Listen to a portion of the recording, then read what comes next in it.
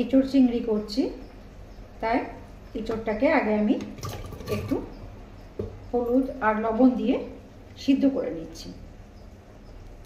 চিংড়ি মাছটা আমি প্রথমে নুন হলুদ মাখিয়ে ভেজে নেব।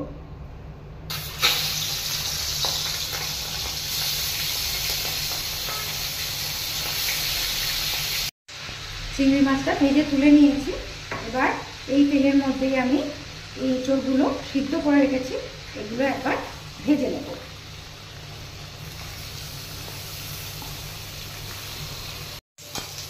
এই এঁচোড়টা আর আলু দিয়ে আমি ভেজে নিয়েছি, এরকমভাবে ভেজে আমি তুলে রাখলাম। তেলের মধ্যে শুকনো লঙ্কা আর তারপর জিরে, এলাচ, লবঙ্গ, দারচিনি ফোড়নে দিলাম। এরপর পেঁয়াজটা দিয়ে আমি ভেজে নেব।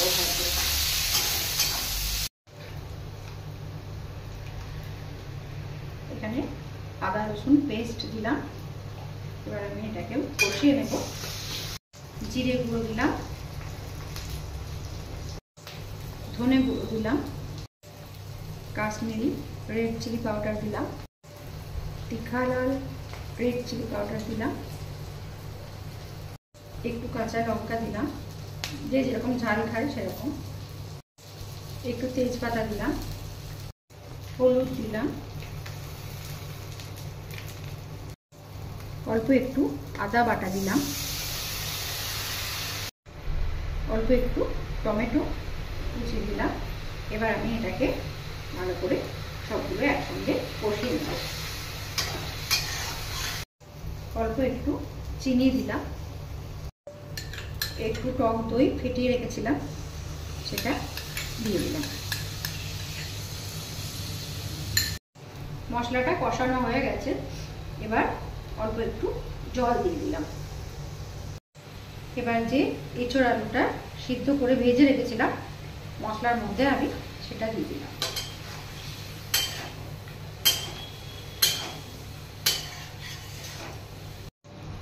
পরিমাণ মতো লবণ দিয়ে দিলাম। এটা ভালো করে মেশানো হয়ে গেছে এঁচোড় আলুটা। এবার এই চিংড়ি মাছটা ভাজা আছে এটা আমি দিয়ে দিলাম। এবার এটা একটু মিশিয়ে নিয়ে কিছুক্ষণ আমি এটা ঢেকে রেখে দেব।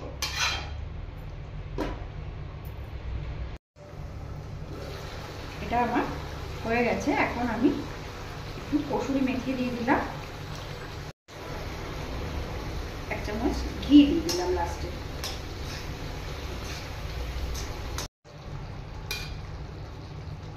এঁচোড় চিংড়ি আমার রেডি হয়ে গেছে।